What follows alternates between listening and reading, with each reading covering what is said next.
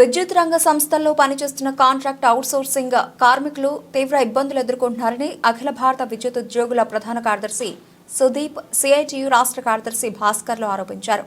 విద్యుత్ రంగ సంస్థలను ప్రైవేటీకరణ చేసేందుకు కేంద్రంలోని ఎన్డీఏ ప్రభుత్వ కుట్రలు చేస్తోందని వారు మండిపడ్డారు.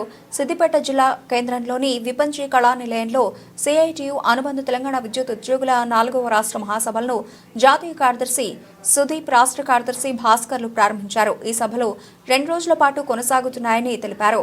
విద్యుత్ రంగ సంస్థల్లో పనిచేస్తున్న కార్మికులు అనేక సమస్యలు ఎదుర్కొంటున్నారని, వారు ఎదుర్కొంటున్న సమస్యలపై పూర్తి సమాచారాన్ని మా ప్రతినిధి రాజ్బాబు అందిస్తారు.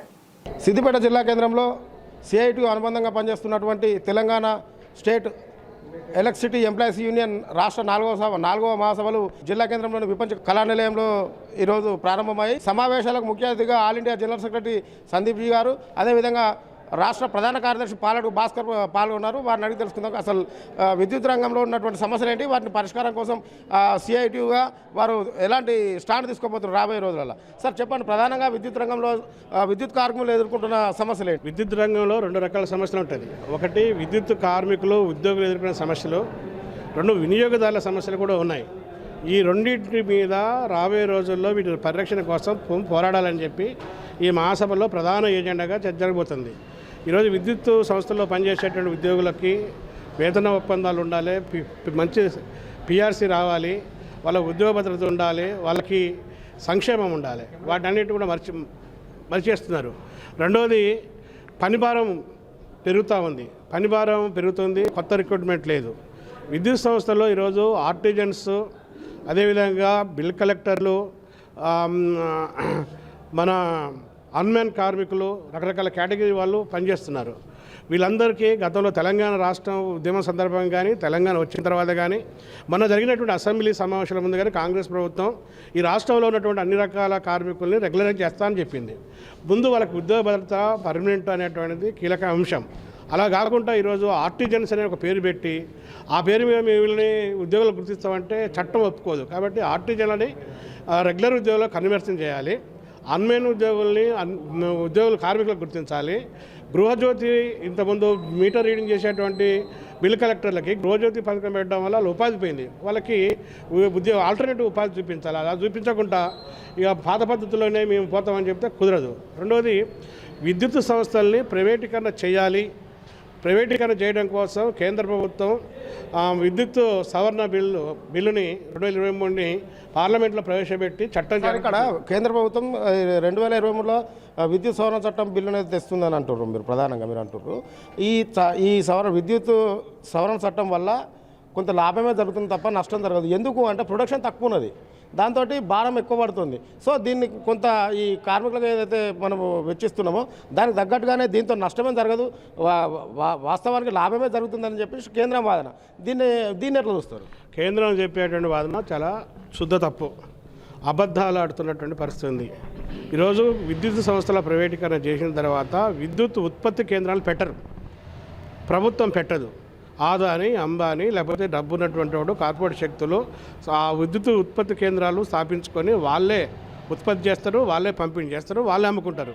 ఇప్పటిదాకా విద్యుత్ అనేటువంటిది ప్రభుత్వ చేతిలో ఉంది. ఉత్పత్తి, పంపిణీ అనేటువంటిది ప్రభుత్వ చేతిలో ఉంటుంది. ప్రభుత్వ చేతుల్లో నుంచి ప్రైవేట్ వ్యక్తుల చేతిలో పోతే ఉత్పత్తి పెరిగితే మాత్రం ఏం లాభం? దాని ధరలు పెరుగుతూ ఉంటాయి. రెండవది ఇప్పుడు వచ్చేటువంటి ఉత్పత్తి కూడా సోలార్ ఉత్పత్తి పెడుతుంది. సోలార్ ఉత్పత్తి పెడతారు. అది ప్రభుత్వం పెడతానికి వీలేదు, ప్రైవేట్ వాళ్ళు పెడతారు. ప్రైవేట్ వాళ్ళు పెడితే వాళ్ళకి సబ్సిడీ ఇస్తారు. సబ్సిడీ ఇవ్వడమే కాదు, వాళ్ళు ఉత్పత్తి చేసిన దాని మీద అధిక ధర పెట్టి కొంటారు.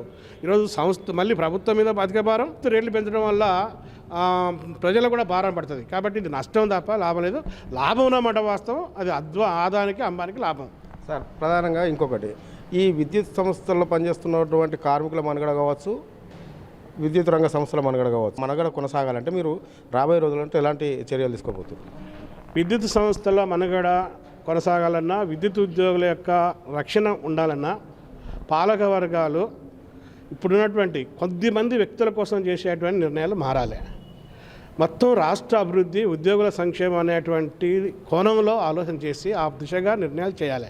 అలా చేయకుండా వాళ్ళు ఎన్నికలప్పుడు ఎవరైతే పెట్టుబడి పెడతాడో, ఎవరైతే ఎన్నికల బాండ్లు ఇస్తారో, ఎవరైతే వాళ్ళకి ఓట్ల కోసం డబ్బులు ఇస్తారో వాళ్ళ కోసం నిర్ణయాలు చేస్తున్నారో దానివల్ల ఇదంతా ఉంది. మన తెలంగాణ, ముఖ్యంగా తెలంగాణ ప్రాంతంలో రైతాంగం ఉంది. ఇక్కడ జరిగేటువంటి వ్యవసాయం అంతా కూడా మెట్ట ప్రాంతం, బోరు బావుల మీద ఆధారపడే వ్యవసాయం జరుగుతూ ఉంటుంది. అంటే ఈరోజు అట్లా రైతులు, కార్మికులు, ప్రజలు, దేశంతో పాటు రాష్ట్ర సమగ్రమైన అభివృద్ధి అనేటువంటి దృక్పథం మానేసి 5 సంవత్సరాలు ఉంటా తర్వాత వచ్చేటోడు ఏంది, నేను మాత్రం దులుపుకొని పోతానేటువంటి ఒక దుర్బుద్ధితో చేసేటువంటి నిర్ణయాల వల్లనే ప్రమాదం. ఇది ప్రజా అనుకూలంగా ప్రజలను దృష్టిలో పెట్టుకొని రాష్ట్ర ప్రయోజనాల కోసం నిర్ణయాలు తీసుకుంటే ఇటు ఉద్యోగులకు, ప్రజలకు, సంస్థకి రకం. సార్ చివరిగా 2003 డిసెంబర్లో ఎన్నికల ప్రచారాల్లో తెలంగాణ ప్రభుత్వం ఇచ్చిన హామీలు కావచ్చు, వారు చెప్పిన మాటలు కావచ్చు, ముఖ్యంగా అవుట్సోర్సింగ్ కాంట్రాక్ట్ వ్యవస్థ అనేది ఉండదు. ఇప్పుడు సర్వశిక్ష అభియాన్ వాళ్ళు దాదాపు 20 రోజులుగా సమ్మె చేస్తున్నారు. వాళ్ళు అడుగుతుంది ఏంది, పే స్కేల్ అడుగుతున్నారు, ఉద్యోగ భద్రత అడుగుతున్నారు. వాళ్ళకి కావాల్సినవి అవి ఫుల్ ఫిల్అప్ చేసి మమ్మల్ని మాకు ఉద్యోగ భద్రత కల్పించాలని చెప్పి వాళ్ళు చెప్తున్నారు. అంతకుముందు మీరు ఇచ్చిన హామీ మాకు నెరవేర్చమంటారు. దీన్ని ఎట్లా చూస్తారు? మొత్తానికి ఈ ఏడాది పాలన, కాంగ్రెస్ ప్రభుత్వ పాలన, రేవంత్ రెడ్డి పాలన కావచ్చు, ఎట్లా ఉంది? దీనికి ఏమి చెప్తారు? ఎన్నికలప్పుడు అసలు ముందు వెనక చూడకుండా ఓటు రావడం ఎలా అనేటువంటి ఆరాటంతో ప్రజల్ని మభ్యపెట్టి ప్రజల ఓట్లను కొల్లగొట్టడం కోసం పడరాని పాటలు పడుతున్నటువంటి పరిస్థితి మనం చూస్తున్నాం. అంతకుముందు కేసీఆర్ గారు ఎన్నికలప్పుడు ఇచ్చిన హామీల్లో కొన్ని అమలు కానీ ఉన్నాయి. ఆయన ఇచ్చి అమలు చేయలేదు కాబట్టి నేను మరికొన్ని ఇచ్చి నేను అమలు చేయకుండా ఏం కాదనేటువంటి జీవంతోనే కాంగ్రెస్ ప్రభుత్వం ఎన్నికల మేనిఫెస్టో ప్రకటించింది. ఎన్నికల మేనిఫెస్టోలో 6 గ్యారెంటీలు ఇచ్చింది. 6 గ్యారెంటీలో ప్రీ బస్ ఒకటి అమలవుతుంది. ప్రీ బస్సు కూడా బస్సుల సంఖ్య పెంచకుండా ప్రీ బస్సు వల్ల ఇబ్బందులు వస్తున్నాయి. ఇక మిగిలిన దాన్ని ఊసేయలేదు. 7వ హామీ వాళ్ళది ప్రజాస్వామ్య పునరుద్ధరణ. అంటే ఎవరైనా సంఘం పెట్టుకోవచ్చు, సంఘటితం కావచ్చు, బేరసారాలు ఆడవచ్చు, సమస్య పరిష్కారం కానప్పుడు ధర్నాలు చేయొచ్చు, సమ్మెలు ఇచ్చిన గ్యారంటీలలో రైతు రుణమాఫీ ఏకకాలం చేసిన ప్రభుత్వం ఏదైతే ఉందంటే దేశంలో తెలంగాణ ప్రభుత్వం అంటారు. గృహజ్యోతి వాళ్ళ ఉచిత విద్యుత్ ఇస్తున్నామంటారు. 6 గంటలు పక్కా అమలు చేస్తామంటున్నారు. ఈరోజు ఆకలేటోడికి కడుపు నిండా అన్నం పెట్టాలి. దేవుడి కాడ నైవేద్యం పెట్టినట్టు ఇట్లా పెట్టి ఇట్లా తీసి చూపిస్తే ఆ నైవేద్యం దేవుడు తినడు, దేవుడు కడుపు నిండదు. ఆ నైవేద్యం పెట్టినటువంటి భక్తుడు కూడా తింటే ఆకలి తీరదు. ప్రధానమైనటువంటి 6 డిమాండ్లో ఏం డిమాండ్ ఉంది? నిరుద్యోగులకు ఉద్యోగాలు కల్పిస్తాం. ఉద్యోగాలు కల్పించకపోతే ఉద్యోగ భృతిస్తాం. ఉద్యోగం కల్పించు నిరుద్యోగులకి. లేదు, మహిళలకి ఈరోజు ప్రతి నెల 2500 రూపాయలు ఇస్తాం. కరెంటు కొంచెం 30 రూపాయలు 70 రూపాయలకు ఇచ్చేసి 2500 ఇవ్వడం లేదు. రైతు భరోసా ఇప్పటికీ అందరికీ తెలియదు. ఇప్పుడు రాత్రి నిన్న క్యాబినెట్ నిర్ణయం చేసింది, రైతులు ఎవరెవరు వ్యవసాయం చేస్తారో రికార్డులు కొలలు ఉన్నాయి. మళ్ళీ ఈరోజు తిరిగి కొత్త అప్లికేషన్ పెట్టుకోవాలనేటువంటి పద్ధతి. రుణమాఫీ ఇంకా చాలామంది 2 లక్షల లోపు రుణమాఫీ కానటువంటి వాళ్ళు చాలామంది ఉన్నారు. కూలి మంది ఇస్తున్నాను, కూలి మంది లేదు. ఈరోజు రాష్ట్రంలో 18,000 రూపాయలు కనీస వేతనం ఇస్తున్నావు. ఈరోజు సర్వశిక్ష అభియాన్ వాళ్ళు చేసేటువంటి డిమాండ్ ఏంటంటే మాకు ఉద్యోగ భద్రత కావాలి. ఏం చెప్పాలనుకుంటారు? ఈ ప్రభుత్వం కూడా గత ప్రభుత్వం లాగానే ఎన్నికల ముందు ఇచ్చినటువంటి వాగ్దానాలని అమలు చేయడంలో స్థితిశక్తి లేదు. ఎన్నికలు ముందు ఇచ్చినటువంటి అత్యధిక హామీలు 6 కనబడుతున్నాయి, కానీ అది 160 దాకా ఉంటాయి, 660 దాకా ఉంటాయి. ఈ దీంట్లో అత్యధికం అమలు కానిటువంటి పరిస్థితి. ఇప్పుడు ప్రజల్ని అమాయకులు అనుకొని చెప్తున్నారు, బడ్జెట్ లేదు కాబట్టి మేము చేయలేకపోతున్నాం, ఫైనాన్స్ డిమాండ్లు అడగొద్దంట. సర్వశిక్ష అభియాన్ వాళ్ళు రాత్రి వాళ్ళని హేళన చేస్తూ మీరు రాజకీయ ప్రలోభాలకి గురవుతున్నారు, మిమ్మల్ని ఎవరినో రెచ్చగొడుతున్నారు అని చెప్పి ముఖ్యమంత్రి స్థాయి నాయకుడు మాట్లాడుతున్నాడు. ఈయన గారే ప్రతిపక్షంలో ఉన్నప్పుడు ఆ కాలం జరిగిన సమ్మెలన్నీ కూడా రేవంత్ రెడ్డి రెచ్చగొడుతున్నాడు, కాంగ్రెస్ రెచ్చగొడుతున్నాడని చెప్పి కేసీఆర్ గారు అన్నాడు. ఇప్పుడు ఈయన ఇంకొక ఆయన రెచ్చగొడతాడని పరోక్షంగా కేసీఆర్ మీద తోసేస్తున్న పరిస్థితి. కాబట్టి ప్రజాస్వామ్యం లేదు, సంఘాలను సహించే పరిస్థితి లేదు, యూనియన్లతో చర్చించే పరిస్థితి లేదు. కాబట్టి గతంలో ఉన్నటువంటి పాలకవర్గం ఎట్టుందో ఈయన కూడా అట్టు ఉన్నాడు. ఏదో చిన్న చిన్న తైలాలు ఇస్తున్నాడు తప్ప ప్రధానమైనటువంటి మౌలికమైనటువంటి సమస్యల పరిష్కారంలో కాంగ్రెస్ పార్టీ కూడా ఈరోజు వైఫల్యం చెందింది అనేటువంటిది చెప్పదలుచుకున్నాం. విద్యుత్ రంగంలో ఏర్పడుతున్న సమస్యలు ఏవైతేనో బరాబర్ కేంద్ర ప్రభుత్వం విద్యుత్ పరిశ్రమలను కావచ్చు, విద్యుత్ రంగాన్ని కావచ్చు, విద్యుత్ కార్మికులను కావచ్చు ప్రైవేటీకరణ చేసి ఆదాని అంబానీలను కట్టబెట్టడానికి ప్రయత్నంలో కేంద్రం నిమగ్నమై ఉన్నది. కాబట్టి ప్రజలు కావచ్చు, రైతులు కావచ్చు, విద్యుత్ రంగంలో పనిచేస్తున్నటువంటి కార్మికులు కావచ్చు సమాయత్తమై ఐక్యంగా పోరాడాల్సిన సమయం ఆసన్నమైందని చెప్పేసి CITU జనరల్ సెక్రటరీ పాలడు భాస్కర్ గారు చెప్పడం జరిగింది. అదేవిధంగా మనతో పాటు general secretary all India India general secretary Sandeep ji उन्नारू वारिनि अडिగి తెలుసుకునే ప్రయత్నం చేద్దాం। अब जी बोलिए, विद्युत कार्मिकों को लिए आप क्या बोलते हैं? देखिए, हम लोग जो यहाँ पे सम्मेलन कर रहे हैं, अपने बिजली के कर्मचारी का लड़ाई इशू तो हम लोग करते ही हैं, पर यहाँ पे जो ओपन सेशन हुआ, यहाँ पे हम लोग बिजली के जो उपभोक्ता है, कंज्यूमर है, उनके बारे में बात उठाए हैं। हम लोग बोल रहे हैं कि सरकार जो है यहाँ पे लगभग 13,000 मेगावाट बिजली सरकार को खरीदना पड़ता है, 13,000 मेगावाट, क्योंकि यहाँ पे कैपेसिटी जो है कॉन्ट्रैक्ट कैपेसिटी है 19,500 मेगावाट और उसमें सरकार का अपना जनरेशन कैपेसिटी है 6,500 मेगावाट। ये 13,005 मेगावाट जो सरकार को खरीदना पड़ रहा है, इसके कारण से सरकार का नुकसान हो रहा है। सरकार का नुकसान मतलब जनता का नुकसान हो रहा है और इसके पीछे बहुत सारे कारण हैं। जैसे जब तेलंगाना स्टेट बना तब तय किया गया था कि तेलंगाना में अपना जनरेशन यूनिट बनाएंगे, पर भद्राद्री जो सबस्टेशन पावर स्टेशन जो बनाने का बात हुआ था 2 साल के अंदर में, वो बनाने के लिए 7 साल लगा दिया। जहाँ पे एक सुपर क्रिटिकल पावर स्टेशन बनाने के लिए भी 2 साल लगता है, वहाँ पे सब क्रिटिकल बनाया 7 साल में। जो बनाने के लिए पर मेगावाट में शुरू में बोला गया था 6 करोड़ रुपए खर्चा होगा, वो बनाने के लिए 9.5 करोड़ रुपए खर्चा कर दिया। तो इसका जो इफेक्ट है वो किसके ऊपर में जाएगा? वो कंज्यूमर के ऊपर में जाएगा। दूसरा बोला गया था यद्रद्री जो नालगोंडा में बन रहा है, वहाँ पे 800 × 5 4,000 मेगावाट का बनने का बात था और ये बोला गया था कि 2 साल के 3 साल के अंदर में बनाएंगे। 2015 में शुरू हुआ, 2025 शुरू हो गया, अभी तक वो बना नहीं है। वो भी बना कहाँ पे? नालगोंडा में, जहाँ पे यहाँ पे कोयला कहाँ पे मिलता है? खम्मम में मिलता है, भद्राद्री में मिलता है। तो वहाँ पे अगर बनाता तो कोयला का ट्रांसपोर्ट कॉस्ट नहीं पड़ता। यहाँ पे कोयला का ट्रांसपोर्ट कॉस्ट पर मेट्रिक टन में 500 रुपये करके पड़ेगा। तो ऐसे बहुत सारे सरकारी नीति है। छत्तीसगढ़ से ट्रांसमिशन होगा बोल के पावर ग्रिड को देके लाइन बैठा दिया। अभी छत्तीसगढ़ से बिजली नहीं आता है, पर वो लाइन का जो खर्चा है उसके लिए 700 करोड़ रुपए अभी तक सरकार को देना पड़ा है पावर ग्रिड को।